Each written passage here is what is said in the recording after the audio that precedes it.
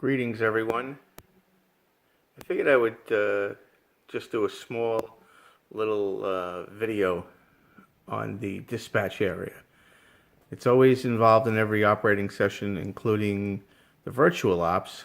So I figured why not show a little bit of what they call behind the scenes. What you see here is one of two control panels. This one is for West Harold, which controls the interlocking over here where that tower is. And this one here is Little Jamaica interlocking, which controls this section here. So showing you some switches and some signals. You can see right now I've got all the signals set at stop because it's Pennsy signals. On the panel, as those three signals you saw from West Harold, I have switches here that control from going from stop to approach to clear. So this way, when we're having an operating session, when the trains come up from staging, or if they're coming out of the freight yard, there are signals to direct traffic, as they say. Also, being the dispatcher, I can see what's going on a lower level when trains are coming up from staging or going to staging. This is one of these Harbor Freight video cameras, and the monitor.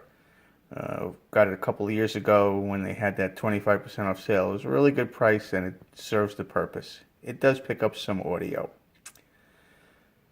Furthermore, when I have an operating session here, I keep track of what's on each staging track down below.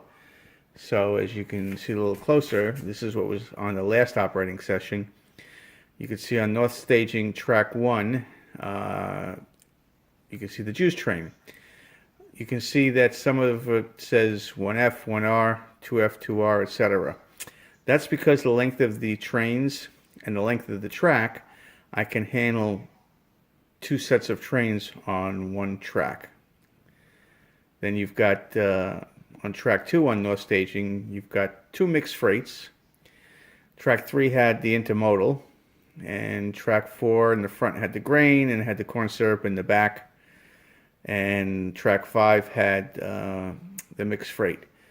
What was on the rear of that track was the Amtrak passenger station train. That's the one that's normally on the lower level loop, just sitting there. I moved it out because I was storing the National Parks train.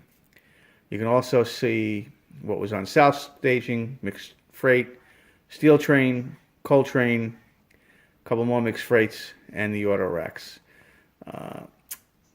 On the main section of the layout, there is also another loop track, and at the time, there was the TTX train. I just didn't write it in. We only had a handful of guys there. And as you could see on that Helix loop track, it said Santa Fe 3751, which was the National Parks train. Also, what I like to keep track of, because of DCC, all of my trains that are more than one engine are in what they call consists. And you can see I've got about 15 consists there, give or take 20. And everyone is stored in the NCE command station.